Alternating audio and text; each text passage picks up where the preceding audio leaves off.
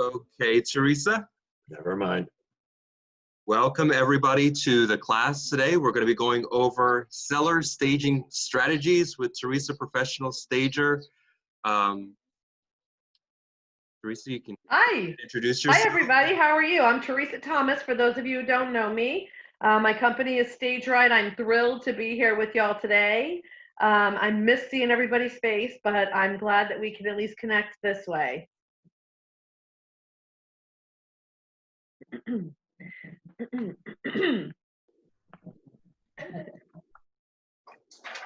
Okay. Before we get started, did anybody have any questions or anything?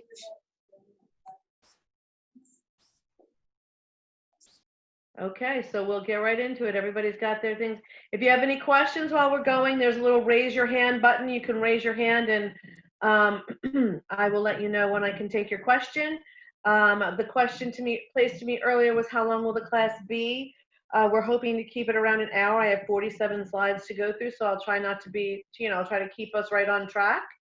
I appreciate being here. I think it's my first time actually doing a Zoom class. So I'm feel like I'm sitting here talking to myself, but I will do everything I can to keep it fun and exciting, keep it on topic. And as I said, this class here is Seller Staging Strategies. I know it's Tactic 8 for you in your shift class, and I haven't been privy to the 7 classes before this. So there are some references to, some of the slides are in reference to classes prior to this. So I may not have a lot of information about them, and I'll do my best to relay to you, my take on how staging can incorporate into those screens. So hopefully that'll be helpful to you. Otherwise, just don't hesitate to raise your hand and ask a question. All right, so today we're working on seller staging strategies and how staging helps you stand out from the competition. I think we all know that, the majority at this point of people are doing at least some staging, whether it's through your recommendations or using a professional. So that's what we're going to touch on today, and how it helps you to get your house sold faster and for more money. All right, so main ideas is these are going to be sections we'll talk about: your perspective on staging, convincing your stagers to sell. Sorry about that. Convincing your sellers to stage, options for the staging consultation, evaluate the house, implementation, and staging an empty house, which is a little bit more involved as far as getting stuff for your actual staging. So as you can see, and I don't know if you've seen seen these PowerPoints before, but on the bottom right, the course page is corresponding with the slide. You can see what page you're supposed to be on as far as the course goes. Okay. So there's 3 types of learners in a class, and we're going to review those learners right now. There's the prisoner, has to be there, doesn't want to be there, doesn't know why they're there. So that's what we're going to be talking about. The vacationer. It's a day in training is better than a day on the job. And then 3, the explorer. So you're excited, you're fixated and curious about the new knowledge, skills, and tools that you'll discover in class. You listen attentively, participates fully, asks meaningful questions, arrives to class on time, returns promptly from breaks. Not that we'll have breaks, but that's any other class. Adopts a posture of acceptance, takes notes in their manual for future reference, and respects the different learning styles and opinions of others. So that's what we're going to try and do today, is stay on that. Prisoners and vacationers don't get much out of anything in the class. The explorers, who embrace learning for earning's sake, participate fully and commit to implementing what they learn, and they're true winners in the class. Remind yourself that this is a doing class. Okay. So first things first, the perspective on staging. I think that I know that working with Keller Williams is incredibly proactive when it comes to helping with sellers get the most out of their money, and also in helping their agents to position themselves for success, so that you can make the most money in the least amount of time when you're getting your listing sold.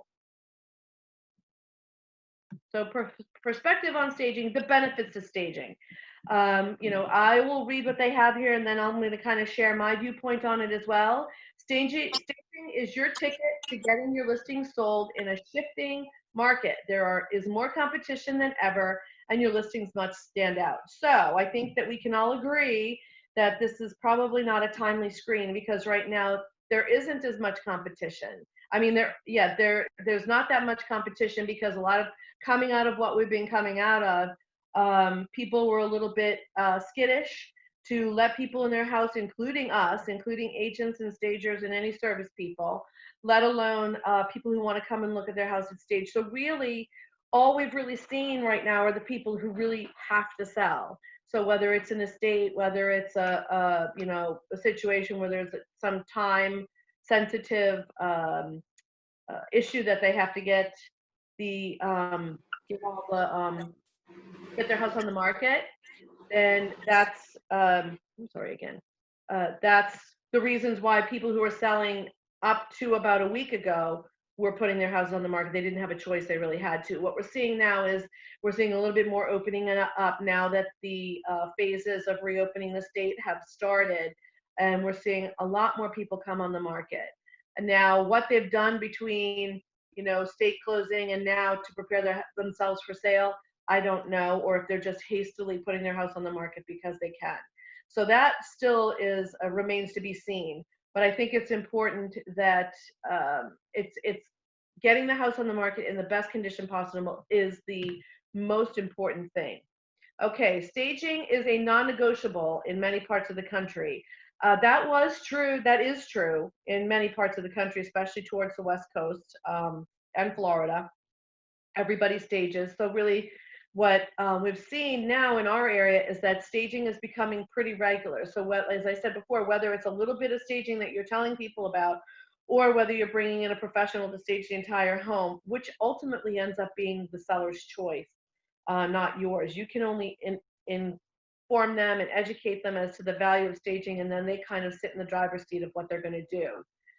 Agents do like great looking houses. That's true, because they are easier to sell. And when you have a house that's easier to sell from your seller's perspective, they're not going to have as much to try to wiggle and negotiate on for price. So when a house is in proper condition, when it goes on the market, then what that means is you're not going to have a buyer who comes in and tries to nickel and dime the price of the house to get a better deal because they don't see the value in the house. And agents like staged homes because they're far easier to sell. It's not a whole lot of work. Buyers are looking for a value. So much like when you're getting your car ready to sell, you're going to detail that car. It's even more important to do that with your home as well. So you want to detail your house the way you would detail a car. Therefore, the people see the positives and they can't concentrate on any negatives. Staging enhances your reputation as a client. So there's a few things to be said about that. When a seller knows that you're going to go to bat for them and tell them all the things they really need to do to get their houses ready for sale, that brings value to you as well. And when you do that, and your previous sellers can go to their friends and family and say, well, they sold my house in 3 days and I got asking or over, then there's where your reputation comes into play. You always get the credit. Sometimes it's the positive and sometimes it's the negative. And we always want it to be the positive, and staging will really help you to do that. Okay. And for those of you who have joined after, there's a little raise your hand button on the bottom right screen, I think, that you can push if you have any questions or want to add anything as I'm going through the screens. Okay, Career Growth Initiative. This is one of those pages that I told you I wasn't sure if I would be able to add too much to it. So if any of you kind of want to chime in and add to this, but what I will say is I see listing management, listings monthly, pipeline buyers, sellers, and value.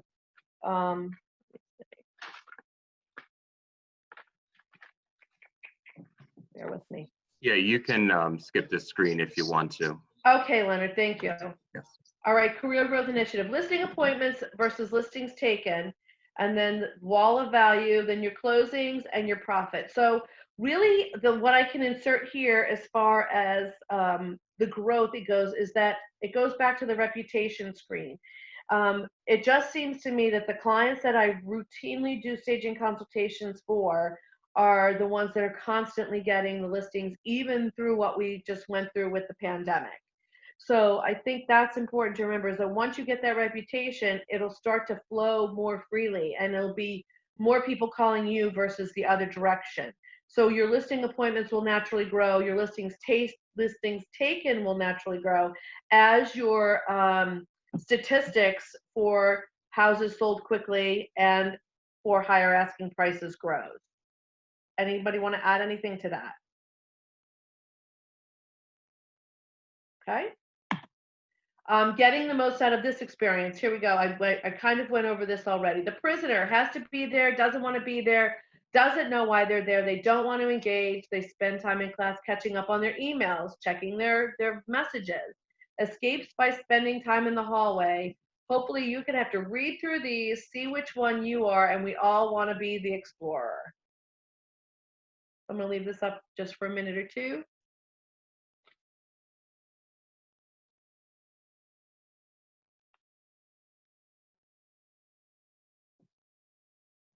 So I'm going to hopefully do everything I can to keep everybody on the Explorer column and not the prisoner or the vacationer.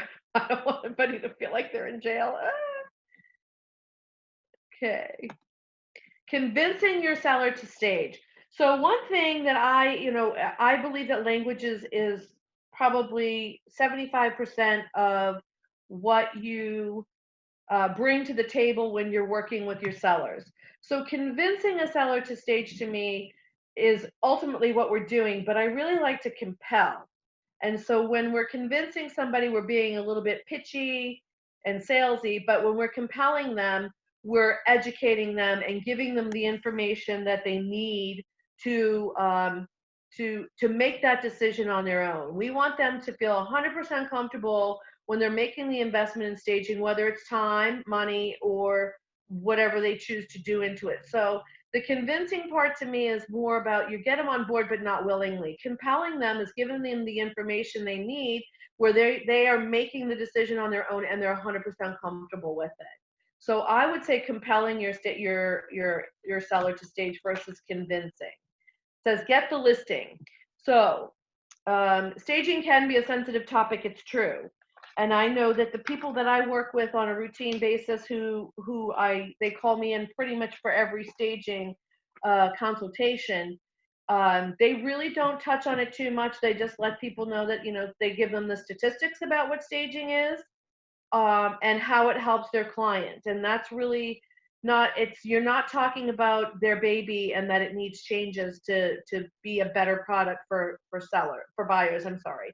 What you're doing is you're giving them the information of how staging is going to help them make more money, which we all want to do. But there is that gap in there where there's work, and how that work gets done really can be put at the feet of the stager. If you choose to be that person, then that's good. But I would guess that you probably have people to help you with that, whether it's somebody on your team, friends and family, or however you do that.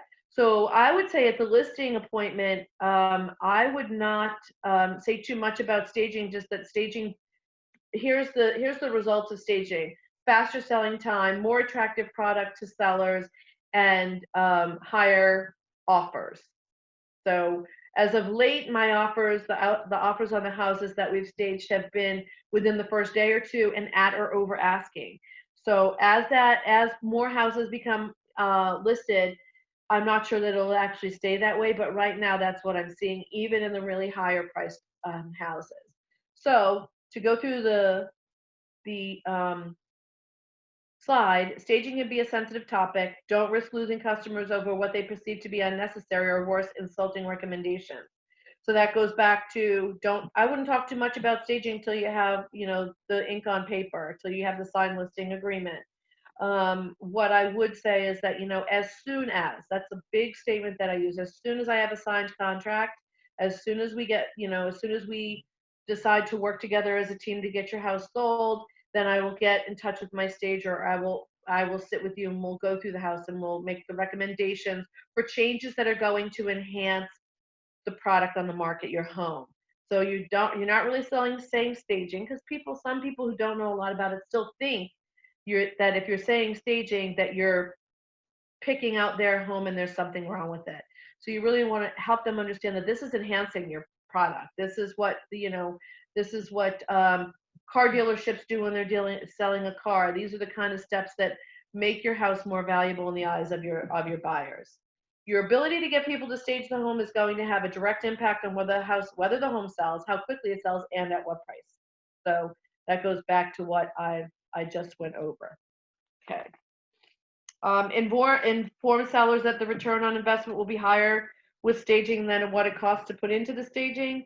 You will only recommend changes that promise a return for their time, effort, and money. Give real examples of staged properties in their area that sold for more money or in a shorter amount of time than unstaged properties, and gauge their reactions and adjust the presentation accordingly. I think that we've all been through the training where we can kind of read what's going through somebody's mind.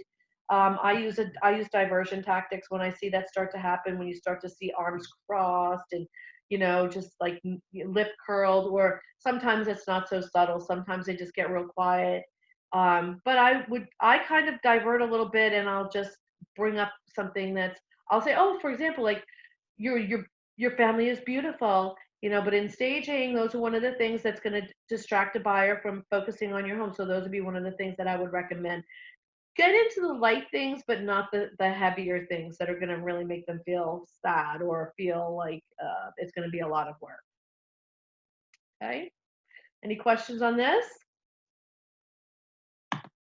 Okay, tips for discussing stagings. There we go. Sorry, I went through that. Explain staging. Printed information, checklist of the process. So you can find that on Keller Williams University Ignite. And I think that in this day and age, unless you have an older seller who really doesn't understand what staging is and hasn't been in the market in quite some time, like say 20 years or so, they may not have understand what it is. And sometimes in those situations, you're dealing with family members, and it's good to try and have the yin and yang of that. And what I mean by that is what it takes to compel the parent versus what it takes to compel the child are two different things. Sometimes the mom or the dad or whomever it is, the family member, will be like, I don't really want to do anything, but the person who sits as the fiduciary for that person would be a little bit more receptive and open to helping the owner of the property understand the necessity and reasons for it. Because there's so many people that back when they originally bought their house, you buy a fixer-up or you do all that work yourselves, and they don't understand this move-in ready mindset of a younger buyer. So that hopefully will help if you're in a situation like that.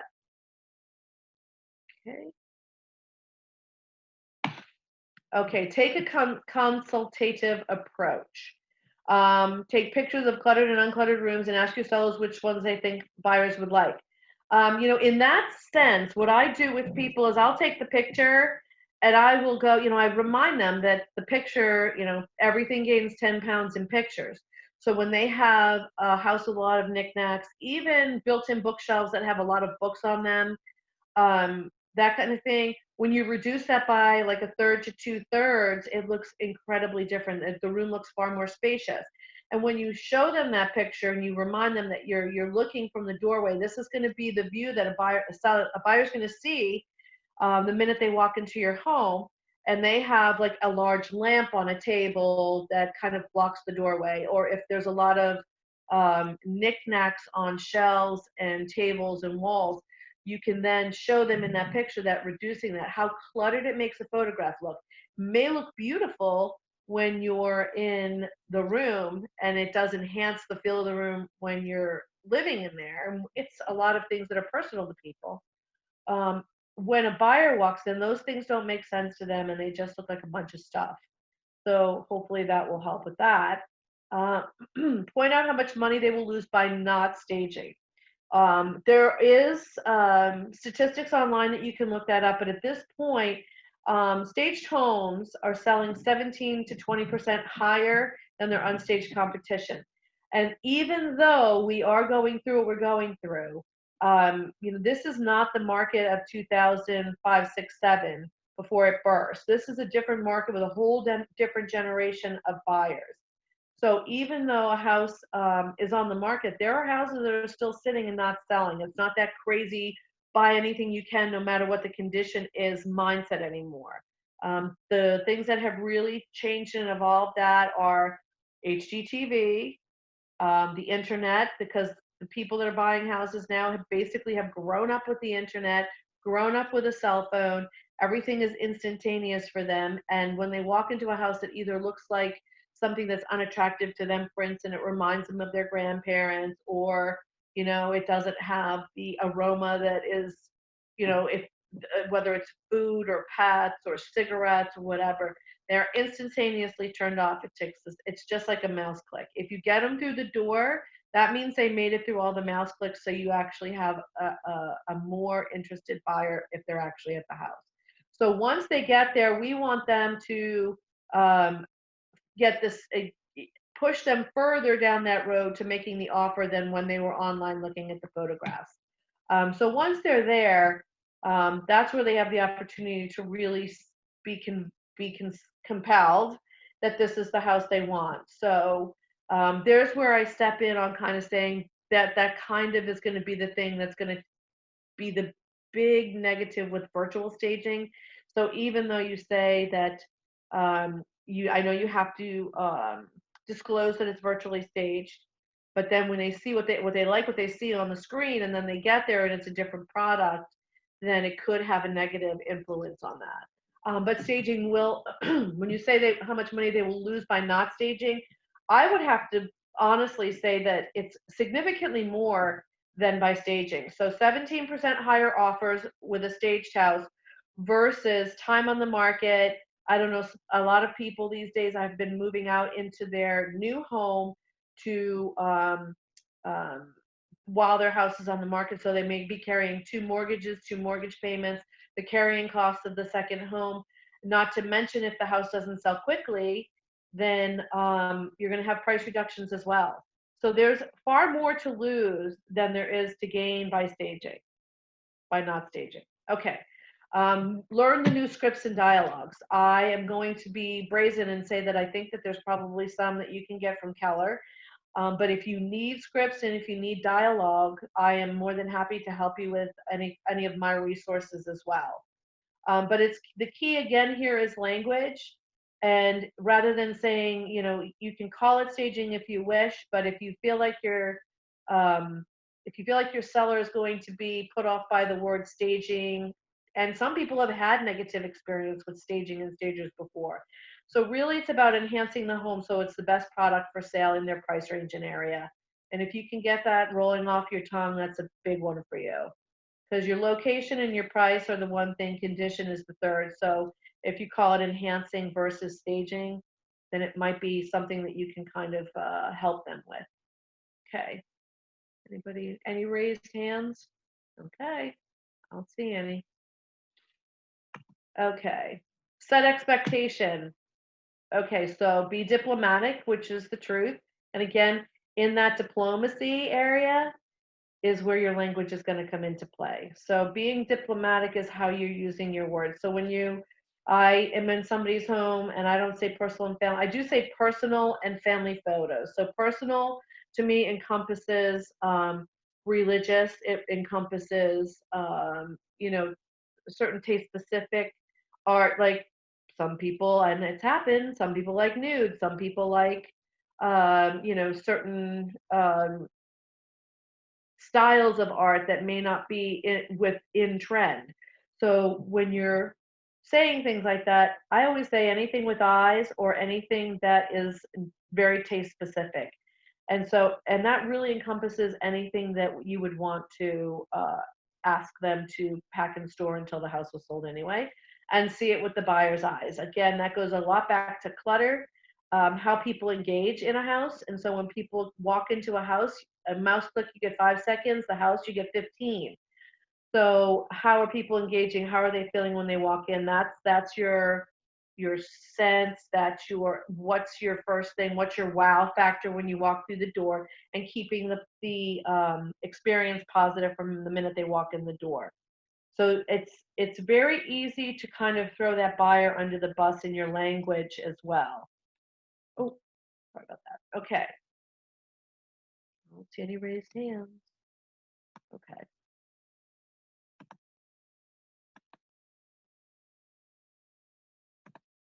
Options for the staging consultation.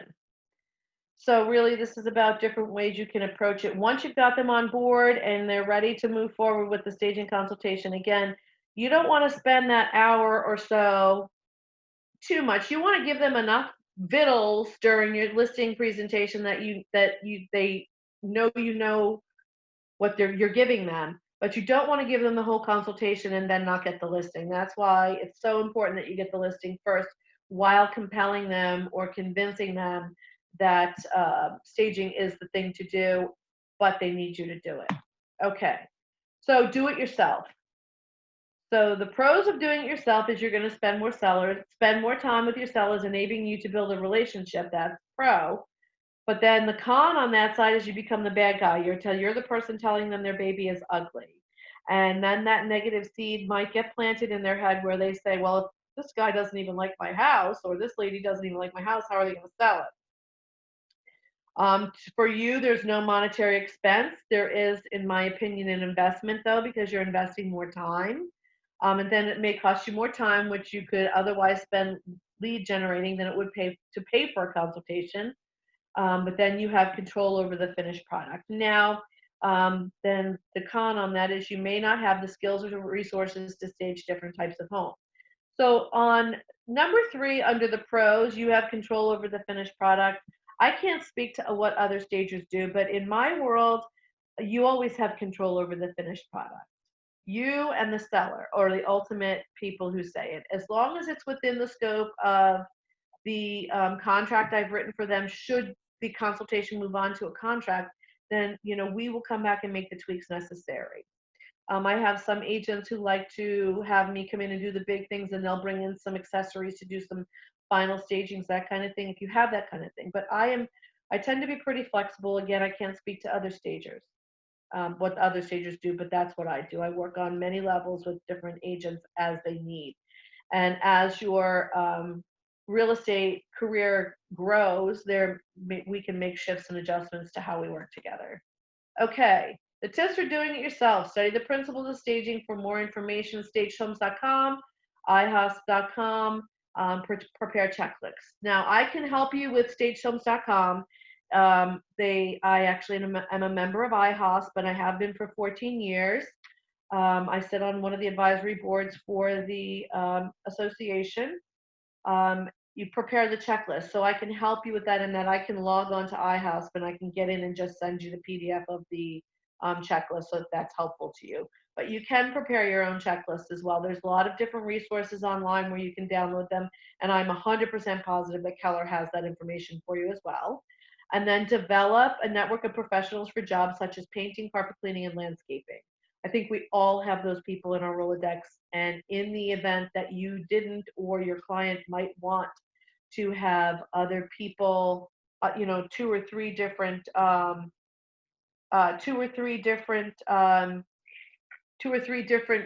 quotes that come in, then I also have people that I've worked with in there that are in my trusted network of professionals as well. So whoever you choose should have a network and a Rolodex of service providers or painters that they've used in the past as well. So really adding another service professional, such as a stager, to your repertoire is certainly going to be helpful. Okay, train your employees to do it. So that would be, have team members that can do it. So the way that this would behoove you is that, again, it just depends on which way you want to do it. And I don't really know the ins and outs of the answer on this one as far as having your client to pay your team members. So I don't know about that. But it could certainly save, if you choose to do the staging yourself and make it part of your marketing, that's certainly one way that can save you money. And the pro is you can train your employees to your standards and have control over the finished product. And then the con, it depends on their role in the team. It may cost you more in time than to pay a consultant to do it. And then another pro is sellers appreciate a specialized consultant, which can be somebody on your team member or somebody on your trusted network of professionals. And then also they may not have the skills they need to stage different types of homes. And then the pro of it also is you don't deliver the bad news. And that goes back to being the bad guy and telling somebody their baby is ugly or their taste isn't what you or a buyer might like. So again, you can train your employees to do it. Tips for training the employees: have them shadow you. So this would go back to more time on your pocket as well, but that's okay because once they learn, they know. Have them shadow you on both the listing presentation and the staging process for a number of months. Going back to stagehomes.com or iHouse, they also have a class. It's a 2-day class for real estate agents, and it's a fraction of the cost that it is for a stager. So if you wanted them to sit in on that class, that could really fast forward them to get them a little bit of information into their pocket. I don't have the cost of the class at the top of my head, but it would certainly save you all these steps of having somebody shadow you for all those months, and they would automatically have that base knowledge, that baseline knowledge for staging. Yes, supply them with your checklists and your reading materials because that's custom to what you would want them to do. Explain all your procedures. So naturally, as with anybody, you have your particular wants and needs in a home, and then you can explain all that to them. And then number 3, hold them accountable for the results. Follow up on their work by asking your sellers to evaluate their service. I would say that definitely get the feedback from your seller, but certainly you would want to also go in and get eyes on it yourself because that's your procedures, that's your details that you want done. And while getting the feedback from your sellers is good, getting your own eyes on it, that way they're in the future moving forward, your person that you're training to do this will be trained in your expectations. Because sometimes the seller, for the same reason a buyer doesn't give the honest reason why they're not buying, a seller may not want to get somebody in trouble or criticize somebody's work, or as having, people don't sell as much as we do. They don't have the trained eye like we have. So that's the importance of you getting your own eyes on that product as well. Okay, using a professional. Professionals deliver top-notch quality. The con is you relinquish part of your perceived value in the eyes of your seller. I would have to say with that con, I would say there's a pro and a con to that.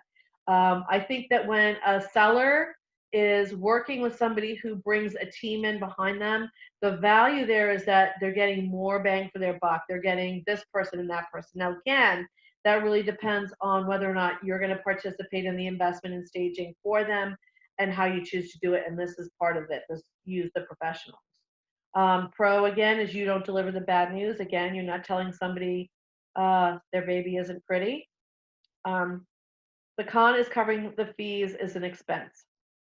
So again, I cannot speak to other stagers, but the way that other stagers will work in different ways with you. You could pay for the consultation and then have the buyers and make the investment if they choose to move forward with any staging. I think the importance of the consultation is that also it holds the seller accountable if they decide to do it themselves.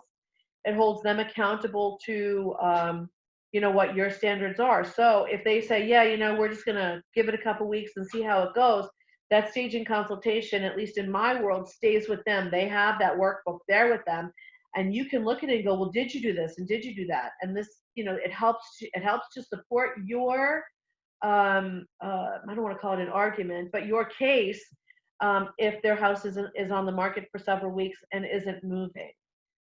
So it does also work as a tool for you in that arena as well.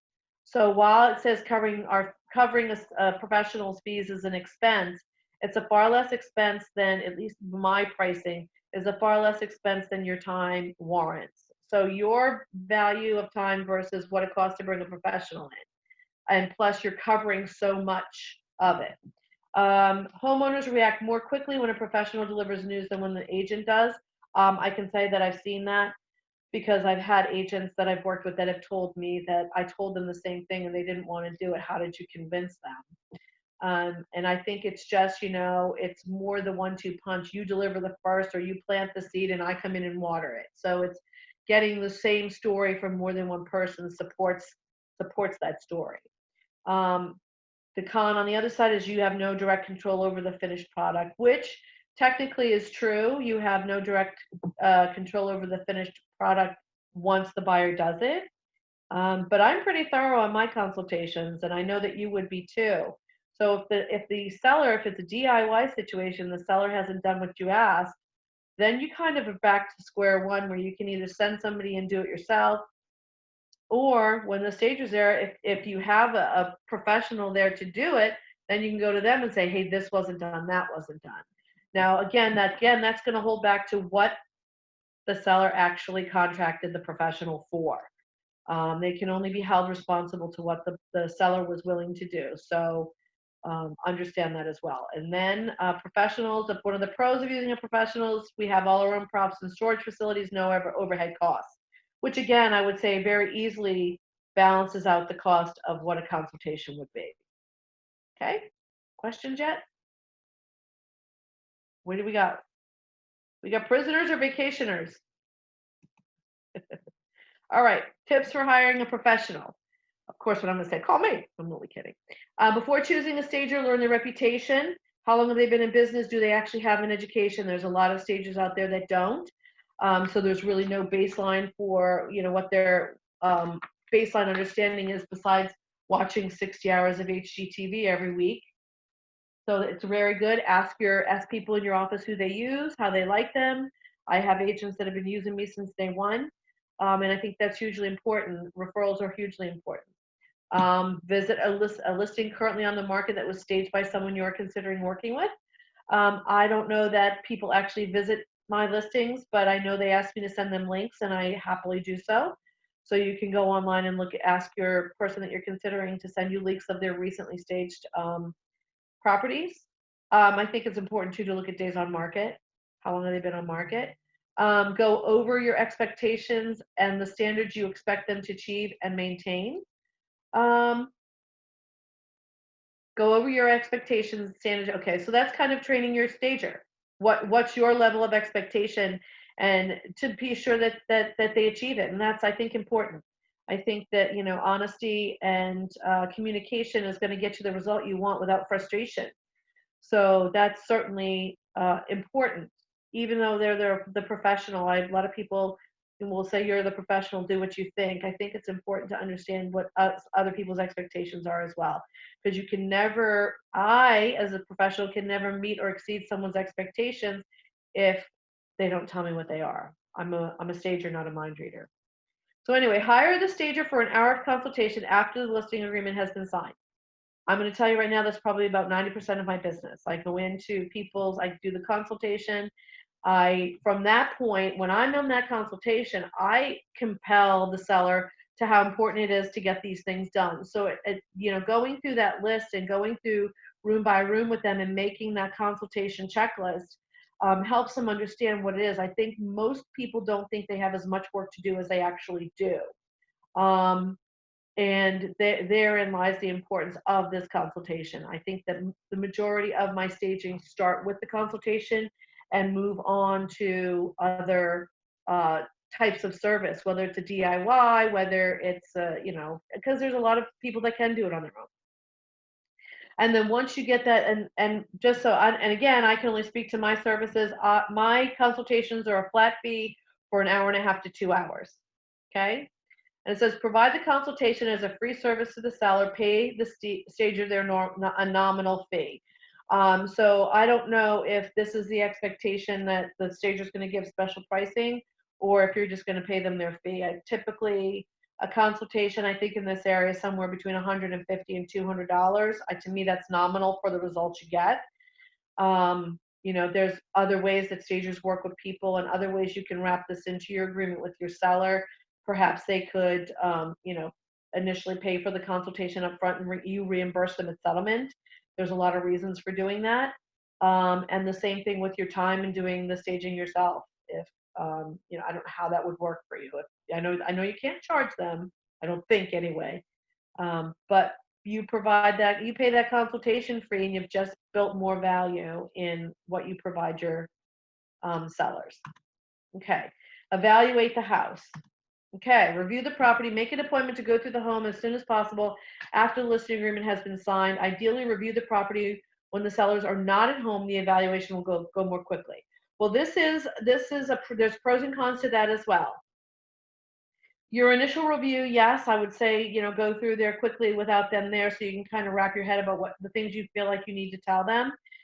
Having the sellers there when you go through the house for the longer consultation, when you're explaining to them the things that need to get done, is really physically getting them on board with the staging, helping them understand without just handing them a list. You know, you have no control over whether or not they even read that list. But if you are there in that house with them, I make the sellers write the list themselves, because we all know the first step in getting engaged in a process is making a list.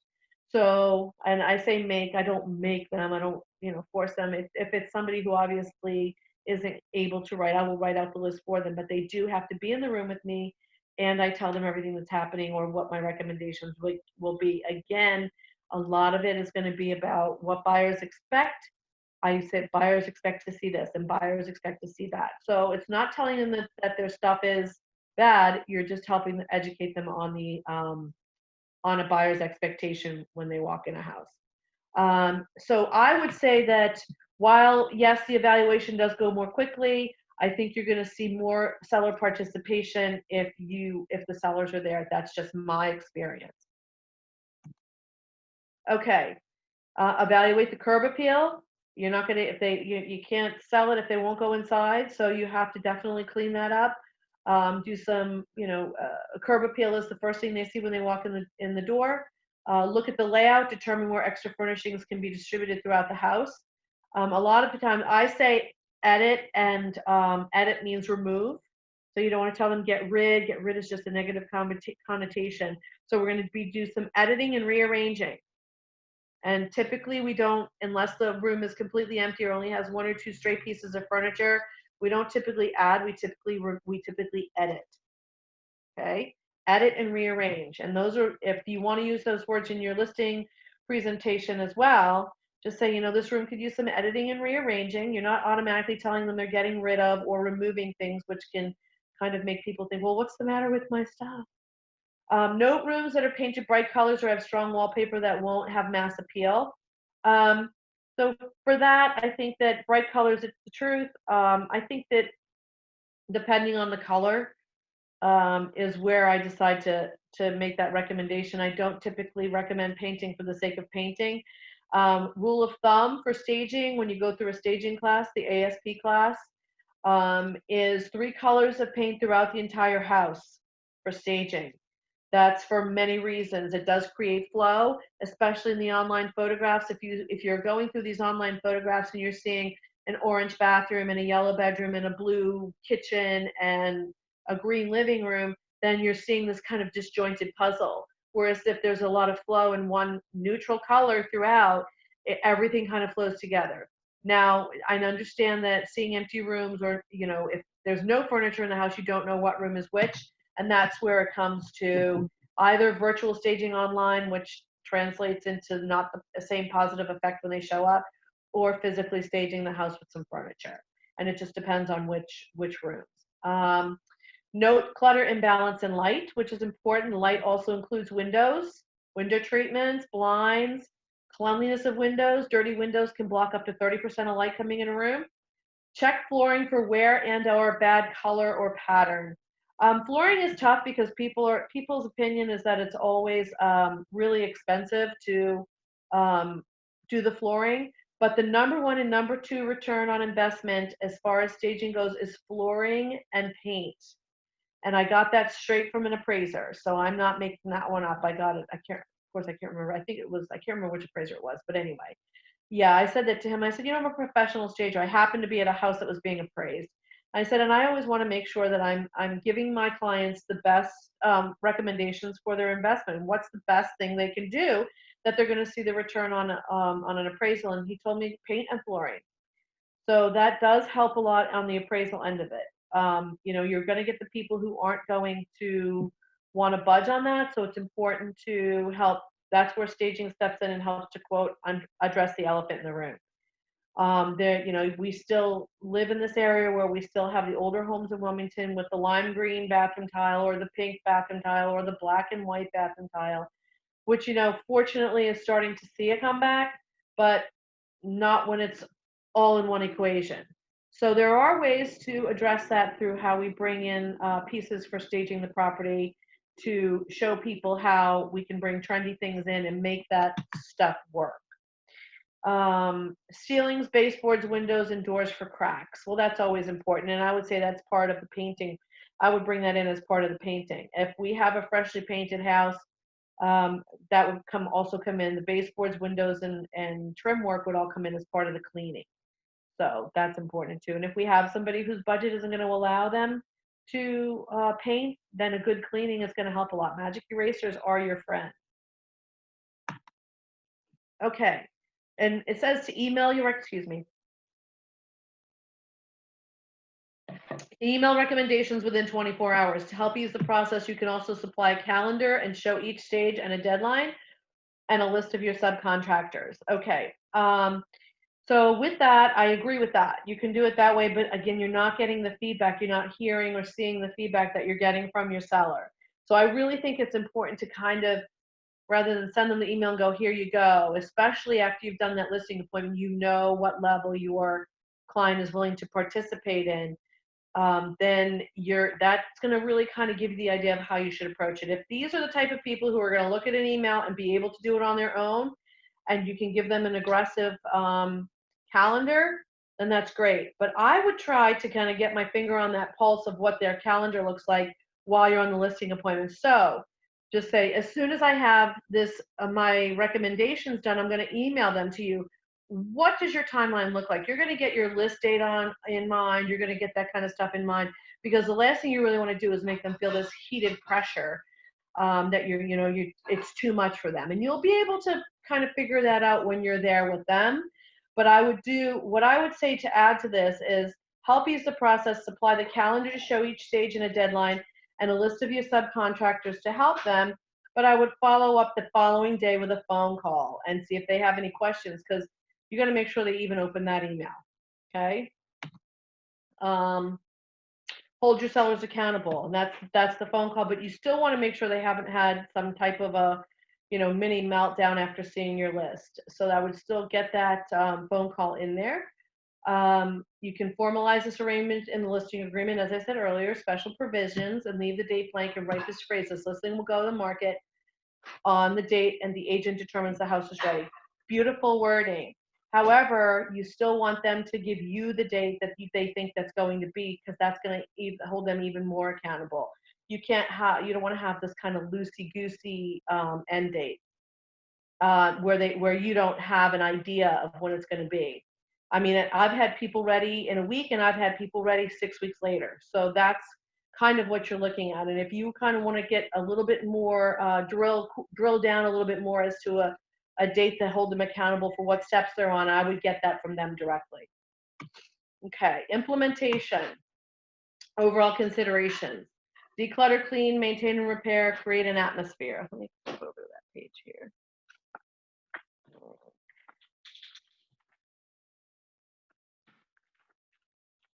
Give me 1 second. Sorry about that. So really, that is how you overall consider every room. You're going to walk in and go, does it need to be decluttered? Does it need to be clean? Maintenance and repair, I would say, maintenance and repair, I would put that into the painting. Okay.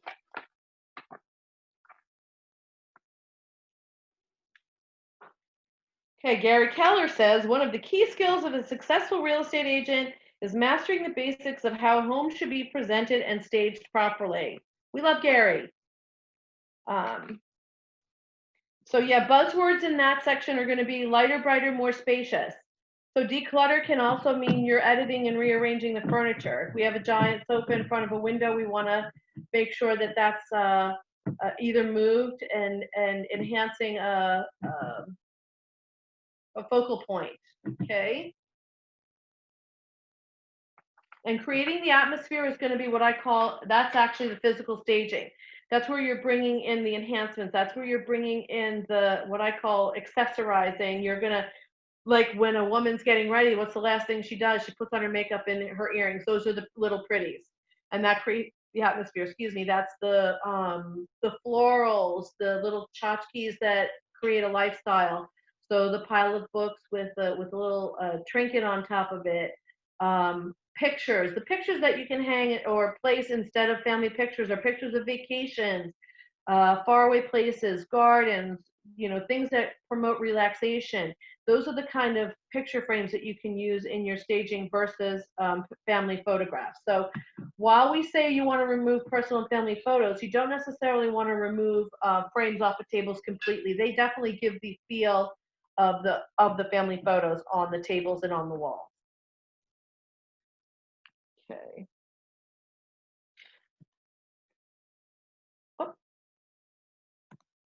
Okay, overall considerations. There it is.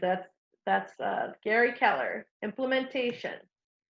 Okay, your simple implementation is remove the clutter, and your extensive, that's really it. Clean, paint, remove clutter, rearrange furniture, show creative flow and space. But extensive would be significant home repairs, and that again is going to be something that's going to be probably a sensitive and budget dependent option. It's going to be a matter of what your client can actually afford to do.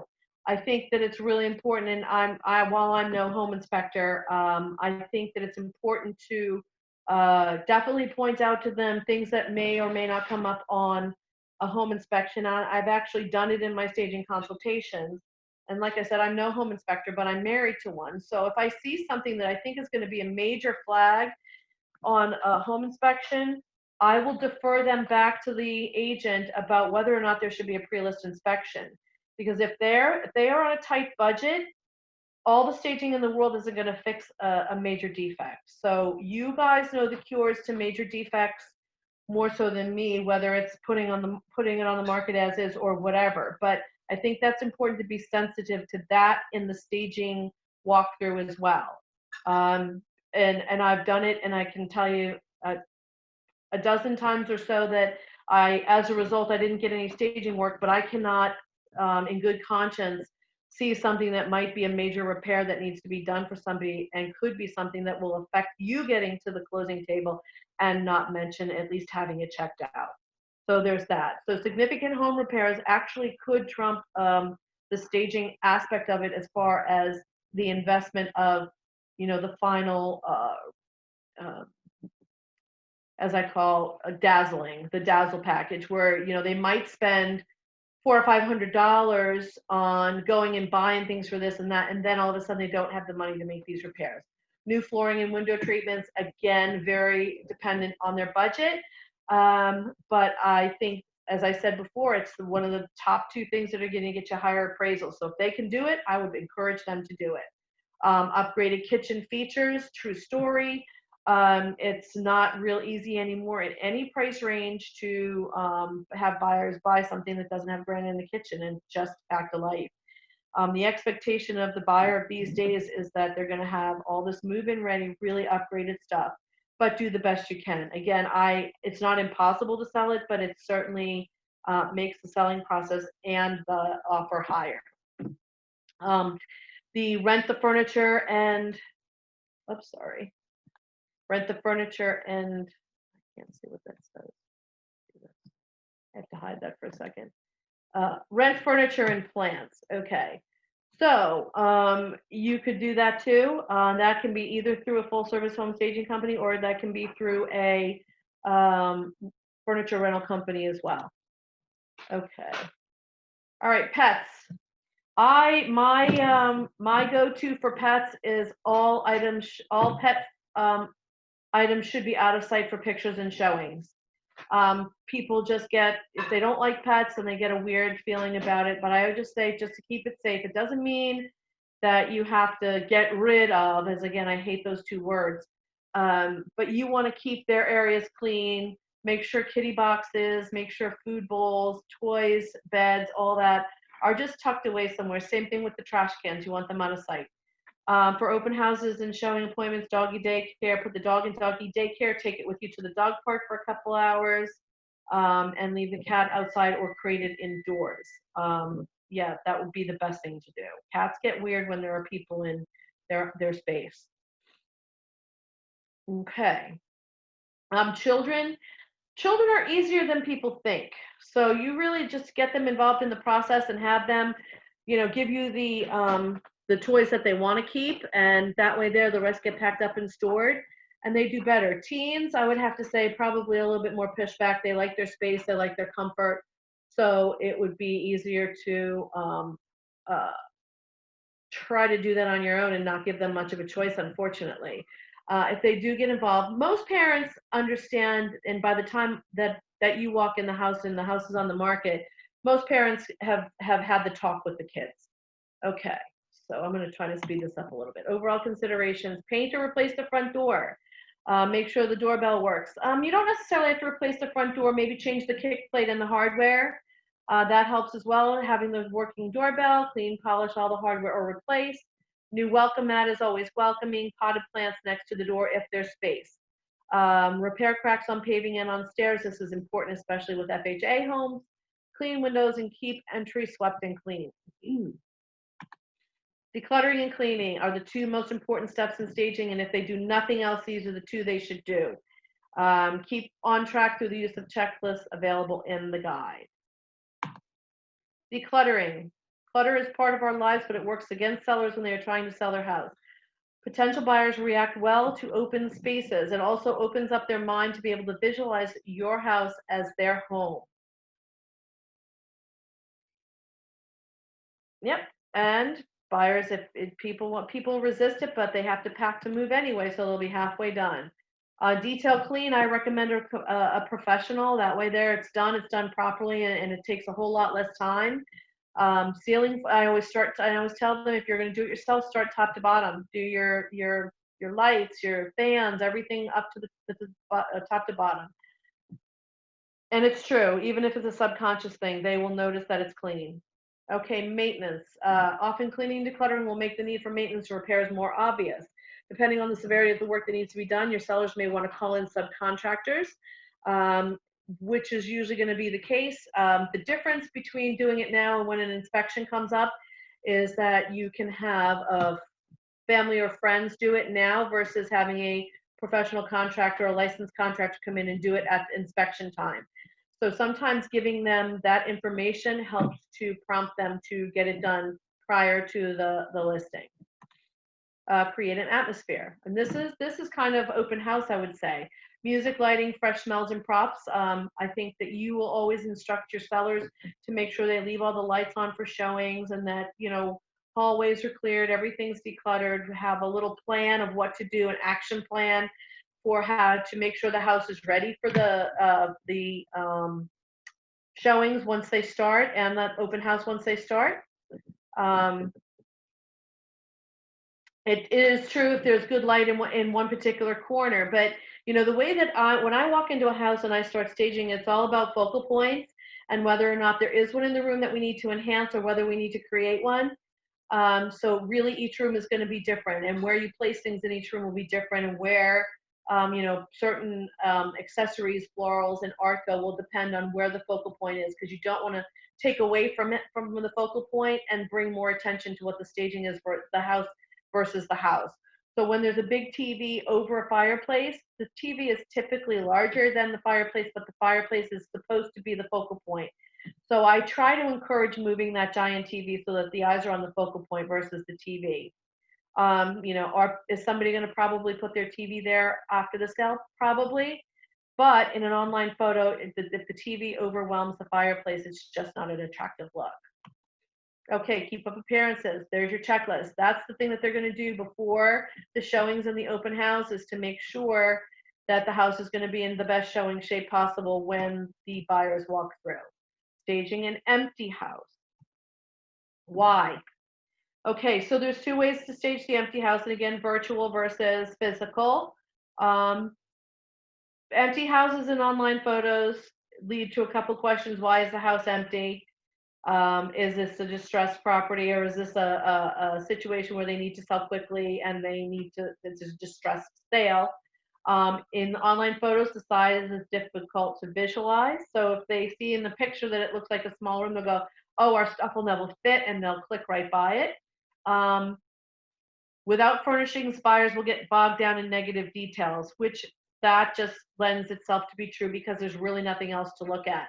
So if a room looks dark and there's no lights in there to help light it up, then they're going to just think that entire room is dark.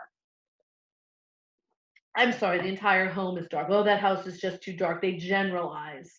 So that helps with that.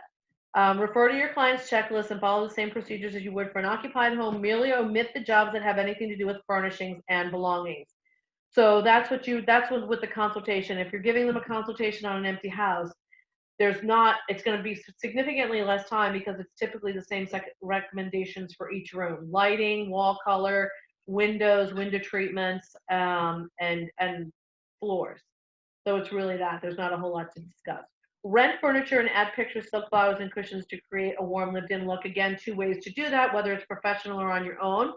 Again, doing this on your own, whether you have somebody on your team to do it, it could be probably more beneficial to you to do it that way because it won't take away from your time and lead generating and going on listing appointments.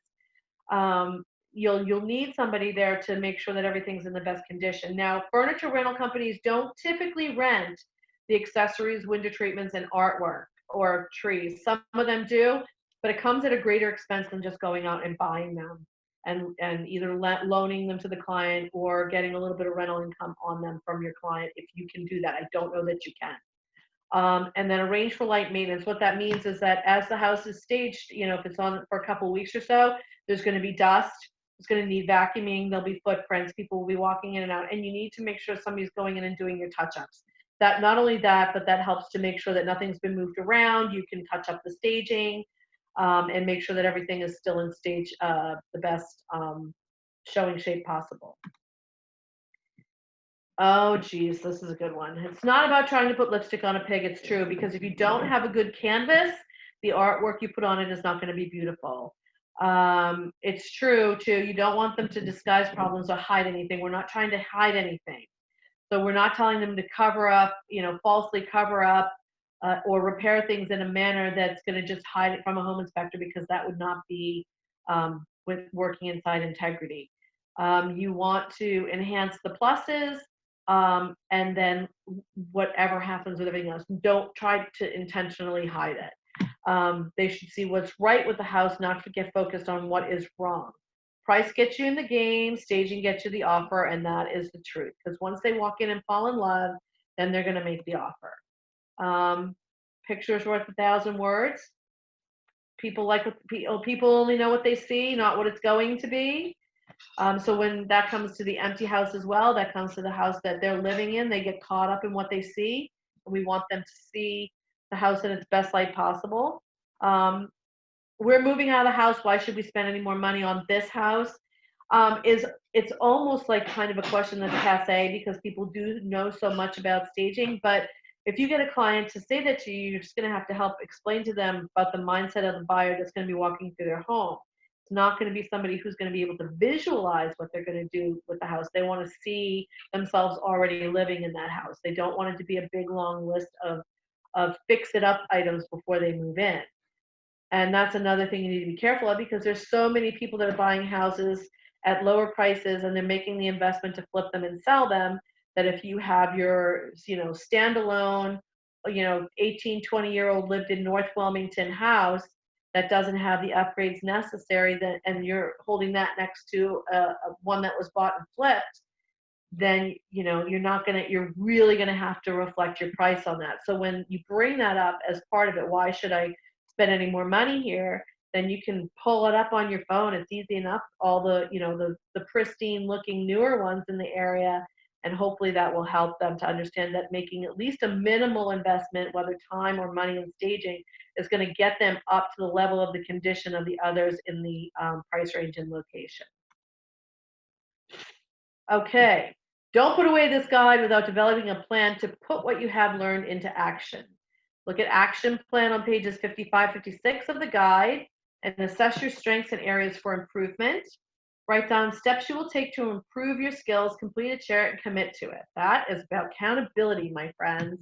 And if there's anything that you feel in your skill set that you need honed in on as far as staging, language, and all that goes, do not hesitate to ask me. I'm happy to help you. I have so many great buzzwords and good language for helping people understand what they need to do without offending them. That's actually a whole section in the class I teach for continuing education about teaching compelling without offending.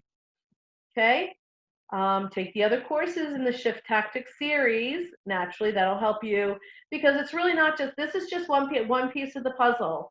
And, Keller, as I said before, has by far the greatest training for its agents. And putting all the pieces of the puzzle together will help you to be a complete real estate agent to all your buyers or sellers. Okay. There you go. All right, my people, thank you very much. I know that they want you to do the evaluation. You can use any mobile device to do that, so please do that. Does anybody have any questions? Thank you so much for the presentation. Okay. Really do appreciate it. Anyone have questions? Answers? Just a comment. Teresa, nice to see you. I hope you're well. Thank you. Well, it's great to hear your voice. I wish I could see you as well. We're doing great, but yeah, thank you so much, Will. Cool. Hi, Sean. See you guys. Okay. I have a question. I may have missed it. I had to get up a couple of times. That's okay. 100 to 150 is like consultation costs. Usually, 150 to 200, I would probably go out on a limb and say that would probably be your higher end. I know in my world that's what it is.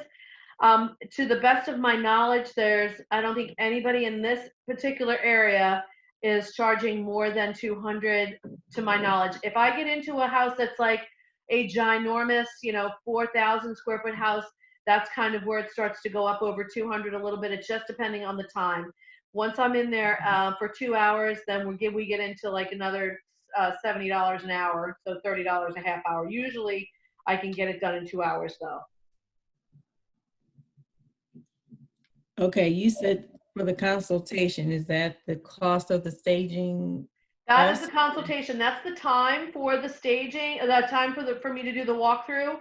Typically takes an hour and a half to 2 hours.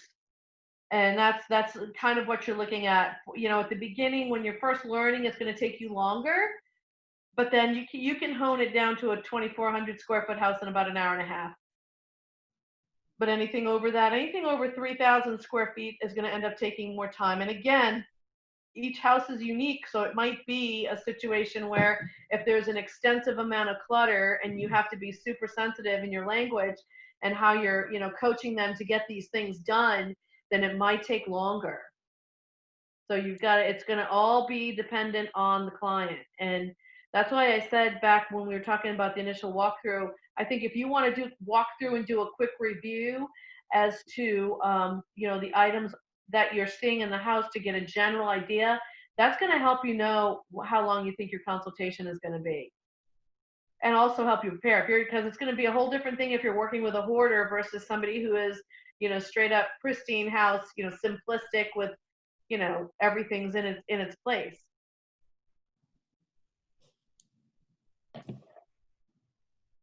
I'm sorry. Okay. So, forgive me. I need clarity. No, So I want to be sure you know I want you to be 100% positive when we're done here. So what else, Arowana? Is the consultation separate from the actual staging cost? Are there two different things? Or It is.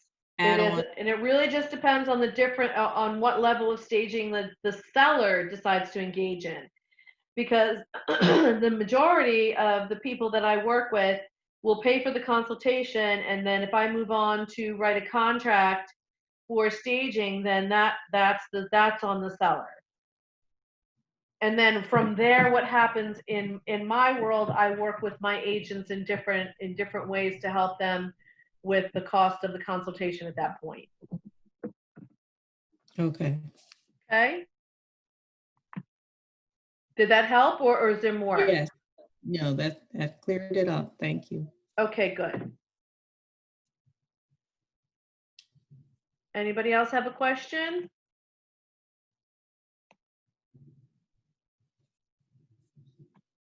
I don't, doesn't have to be upfront, but I bill for it. So, I mean, I don't take it at settlement. I would say, and I mentioned it earlier in the slideshow, that a good way to do it so that you're getting a little bit more leverage of accountability with your seller is to have the seller pay for the staging consultation up front and then you reimburse them at settlement. So if they're paying for it up front and you're reimbursing them at settlement, then they're a little bit more, they have a little bit more skin in the game.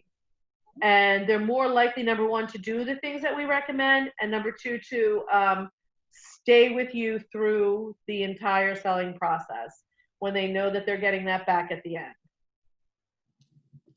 Okay, Does that make sense? yes. Okay. And and like I said, in that when I work with people, I work with them on the consultation cost if they move forward and do a full service home staging with me. Okay. Okay.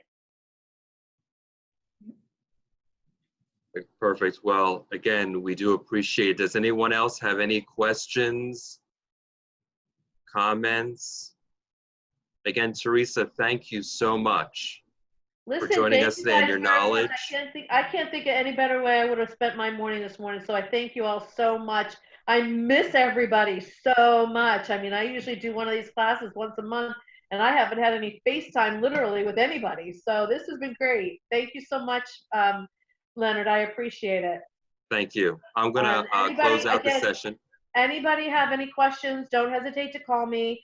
My company is Stage Right Home Staging. My number is 302-367-4576. And you can find me on Facebook. Awesome.